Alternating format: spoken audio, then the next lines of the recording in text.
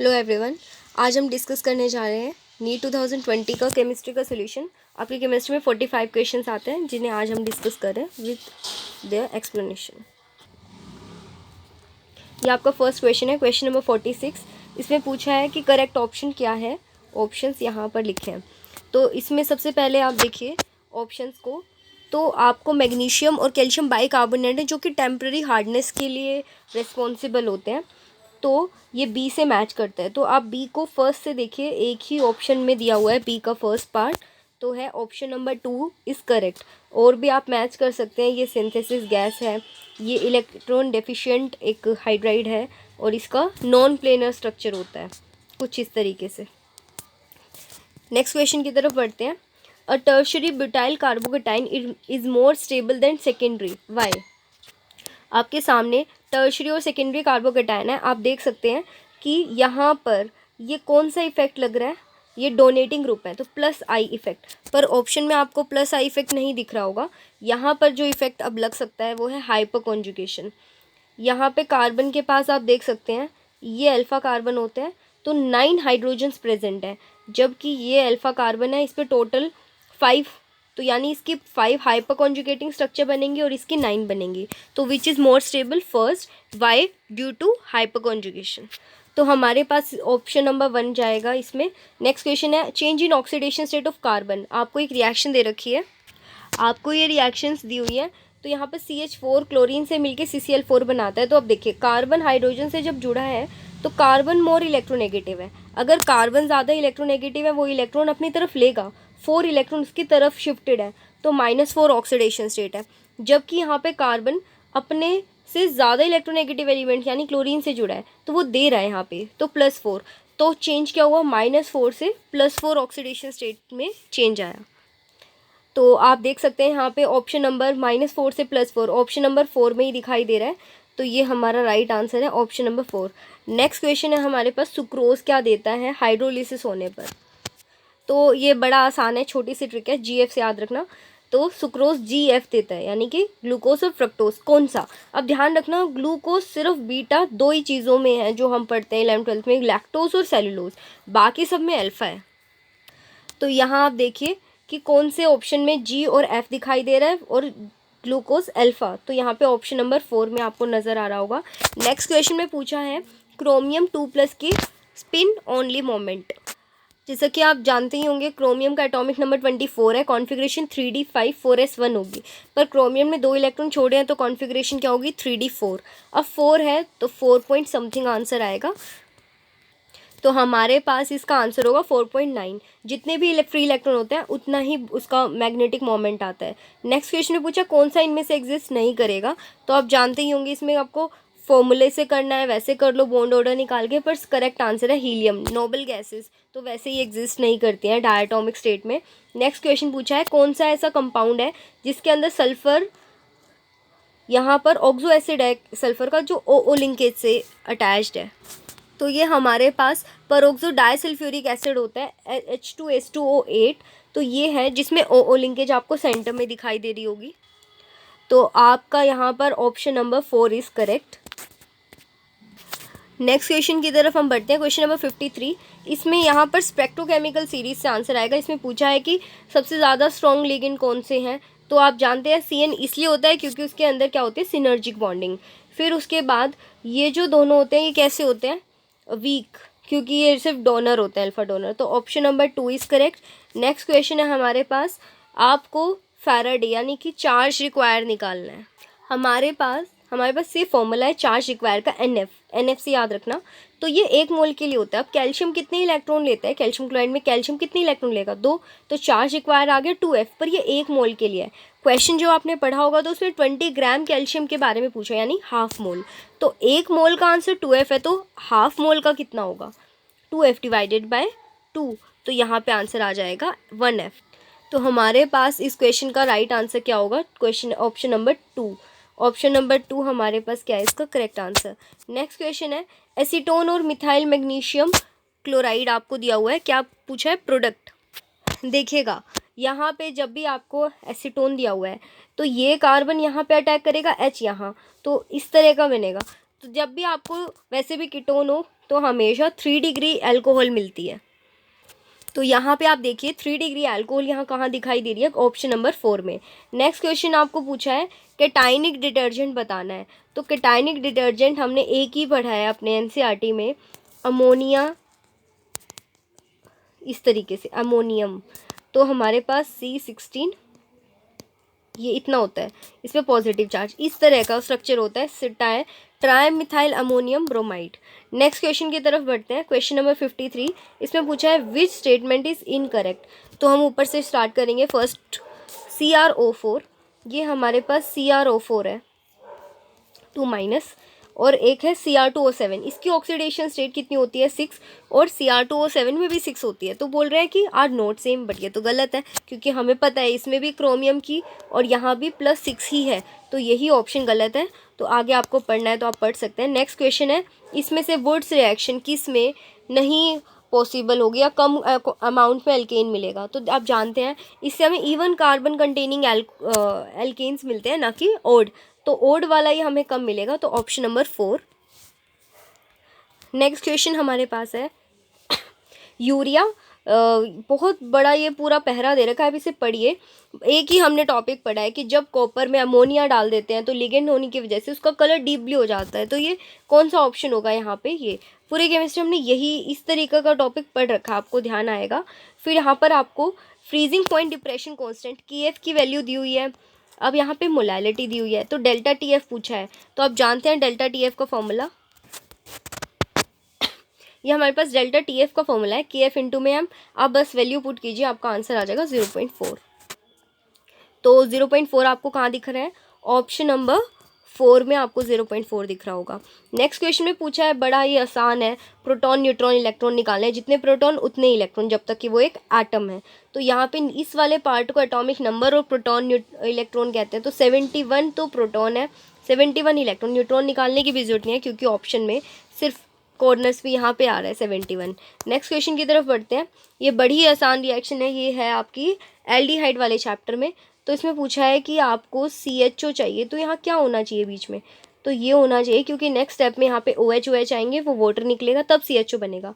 तो इसका option number क्या होगा, CHCl2। Yes, option number 4 is correct. Next question की तरफ बढ़ते हैं। इसमें पिग आयरन, रोट आयरन, इस तरीके का क्वेश्चन है। करेक्ट ऑप्शन पूछा है आपसे कि कौन सा है, तो pig iron can be moulded. Yes, pig iron को हम मोल्ड कर सकते हैं, यही हमारा करेक्ट है। बाकी भी पढ़ेंगे तो ये गलत है क्योंकि 1% होता है कार्बन इम्प्योर। ये जो रोड आयरन इसमें बहुत कम क्वांटिटी में होता है इम्प्योरिटी, तो ये हमारा गलत है, ये भी गलत है। वेपर फेस रिफाइन में निकल की नहीं, जिरकोनियम और टाइटेनियम की रिफाइनिंग की जाती है। नेक्स्ट क्वेश्चन पूछा है कि कौन सा ऐसा सेट है जिसमें 0 डायपोल मोमेंट होगा। आप ऑप्शंस पढ़ लीजिए। तो मैंने आपके लिए सॉल्व करके रखा है। BF3 में सिमेट्रिकल स्ट्रक्चर होने की वजह से BF2 CO2 और ये इसके अंदर सबके सिमेट्रिकल स्ट्रक्चर होने की वजह से डायपोल मोमेंट कितने हो जाते हैं, 0। तो इसमें कौन सा ऑप्शन है जो कि आपका करेक्ट है, ऑप्शन नंबर 1।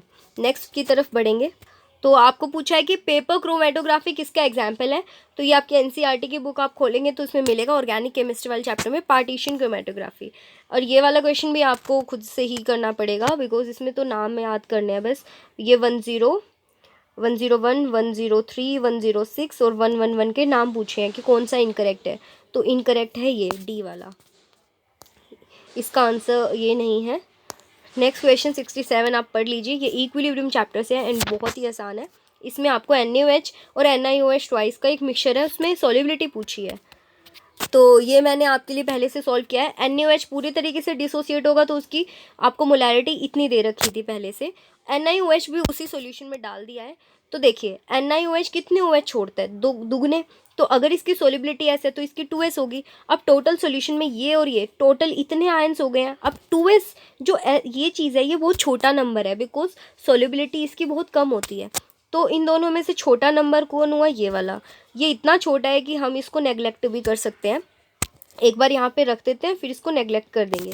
अब जब ये होता है आयनिक प्रोडक्ट का फॉर्मूला, जैसे ही आप इसको तो नेग्लेक्ट कर दोगे तो ये बचेगा, इसको ये कट करोगे तो ये आएगा आंसर। तो हमारा कौन सा आंसर करेक्ट है, option number 2 is correct, this one. Next question की तरफ बढ़ते हैं। नेचुरल पॉलीमर, तो ये हमारा इसका बिल्कुल करेक्ट आंसर है सेकंड। नेक्स्ट क्वेश्चन पूछा है कि बेंजल्डिहाइड दे रखा है जिसमें अल्फा हाइड्रोजन नहीं होती और साथ में एसीटोफिनोन जिसमें होती है, तो एक में है एक में नहीं है, तो ये कौन सी रिएक्शन है? क्रॉस एल्डोल रिएक्शन, जिसमें एक में अल्फा हाइड्रोजन है और दूसरे में नहीं है। नेक्स्ट पॉजिटिव डेविएशन, तो ये इसका सेकंड ऑप्शन, ये बिल्कुल ये वो क्वेश्चन है जो हम बहुत बहुत बार डिस्कस करते रहते हैं। इन दोनों में फोर्स ऑफ अट्रैक्शन कम होने की वजह से ये पॉजिटिव डेविएशन शो करेगा। ओके, नेक्स्ट क्वेश्चन की तरफ बढ़ते हैं। आपको रेट कांस्टेंट दे रखा है, इनिशियल और फाइनल कंसंट्रेशन दी और आपसे टाइम पूछा है। तो ये आपकी स्क्रीन पे आ रहा है। इसका ये फॉर्मूला तो आप फर्स्ट ऑर्डर के लिए जानते ही होंगे।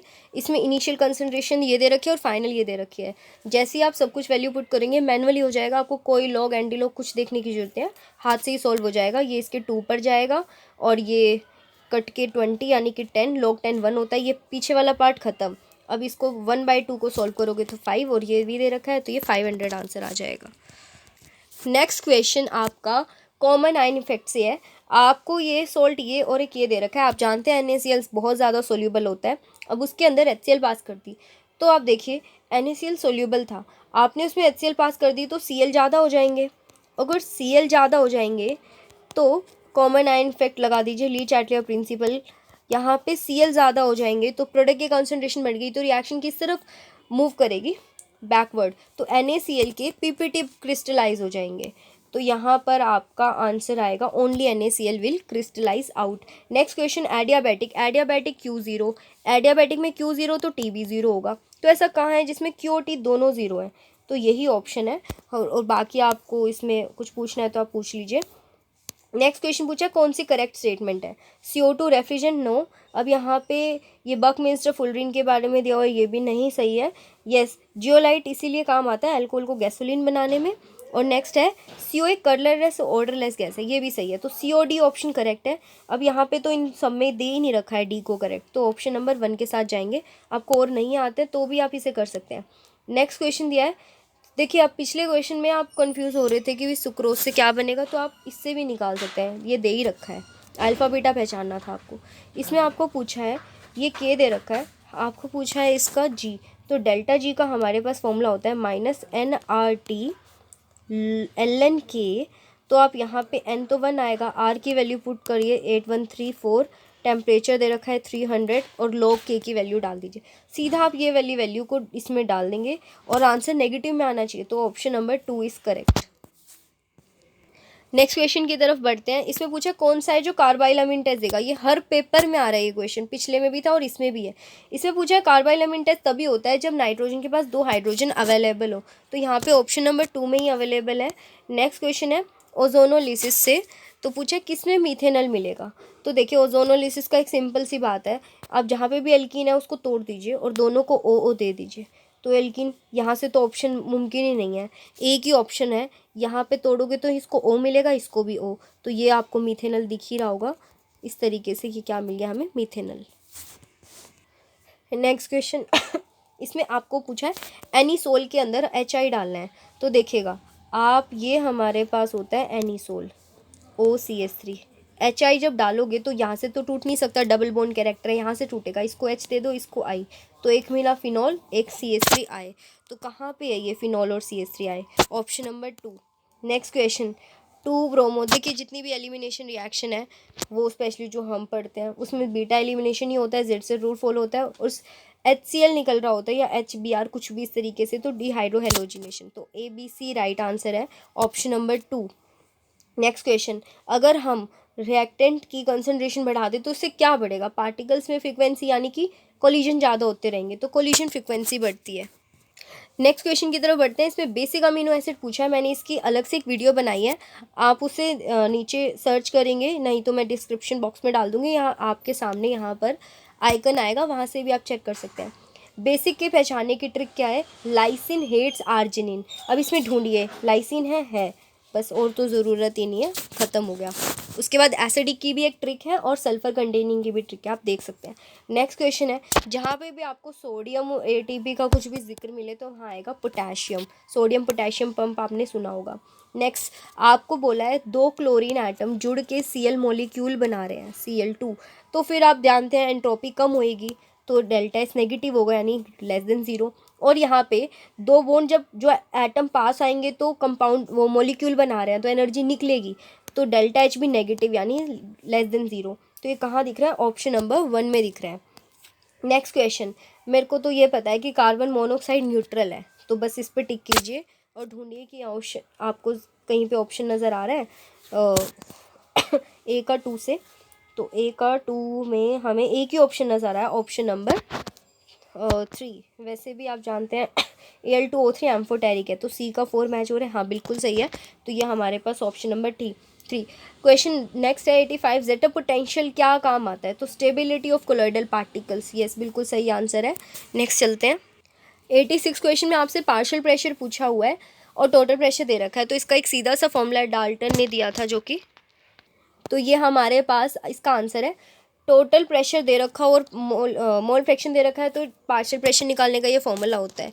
तो आप इस फॉर्मूला को देखिए, यहाँ पे इसमें हमने मोल फ्रैक्शन का फॉर्मूला अप्लाई किया, तो आपको गिवन मास दे रखा था 7 नाइट्रोजन का, उसका एटॉमिक मास 28 होता है N2 का। तो यहाँ पे आप जैसे ही पुट करेंगे तो आंसर आ जाएगा 15 बार। नेक्स्ट क्वेश्चन की तरफ बढ़ते हैं। कार्बन मोनोऑक्साइड के लिए कौन सी स्टेटमेंट करेक्ट नहीं है? तो ये इनकम्प्लीट से कंबशन से मिलती है, बिल्कुल सही है। कार्बोक्सी हेमोग्लोबिन, बिल्कुल सही है। ऑक्सीजन की क्वांटिटी को कम कर देती है जब ब्लड के पकड़ने की, हाँ वो भी सही है। तो ये ऑप्शन गलत है कि carboxy haemoglobin is less stable, जबकि वो बहुत ज़्यादा स्टेबल है, तभी तो वो हमारे लिए पॉइजन का काम करती है। अब क्वेश्चन नंबर 88 बहुत ही अच्छा क्वेश्चन है। आप जानते हैं एक होता है SCC, BCC और FCC। मैं आपको एक ट्रिक बता रही हूँ A और R के रिलेशनशिप की। तो देखिए यहाँ पे लिखिए 2R, फिर यहाँ पे FCC में 2√2 भी लगा दीजिए। अब 2 2 4 होता है, 4R डिवाइडेड बाई √3। तो आपको एक रिलेशनशिप तो मिल गया होगा BCC का, A = 4/√3R मिल गया ना। तो यहाँ पे A = 4/√3R। आपको A पहले से दे रखा है तो R निकालना है, तो ये इंटू में √3 अपॉन में 4 इंटू में R। तो ये कहाँ पे दिख रहा है आपको? Option number 2। तो नेक्स्ट हम लास्ट 2 क्वेश्चंस पे हैं। ये बहुत ही बढ़िया क्वेश्चन है 89। देखिए आप ये बात जानते होंगे कि टोटल पार्टिकल्स किसके इक्वल होते हैं? N इंटू में N। अब इसका फॉर्मूला क्या होता है? गिवन मास अपॉन में मोलर मास। देखिए वहाँ पे पूछा था 1 ग्राम पार्टिकल्स अलग अलग दे रखे थे, पूछे किसके पार्टिकल ज़्यादा होंगे। अगर ये चीज़ भी फिक्स है और ये भी फिक्स है तो ये तो कांस्टेंट हो गया, तो ये इसके इन्वर्सली प्रोपोर्शनल। अब जिसका मास कम उसके पार्टिकल ज़्यादा। ऑप्शन में लिथियम का मास ही सबसे कम है, देखिएगा आप इन ऑप्शंस को देखिए, लिथियम ही है जिसका एटॉमिक मास इन्होंने सबसे कम दिया है, तो इसी के पार्टिकल्स क्या होंगे? ज़्यादा। कोई सॉल्यूशन करने की ज़रूरत नहीं है, बिल्कुल डायरेक्ट आंसर है।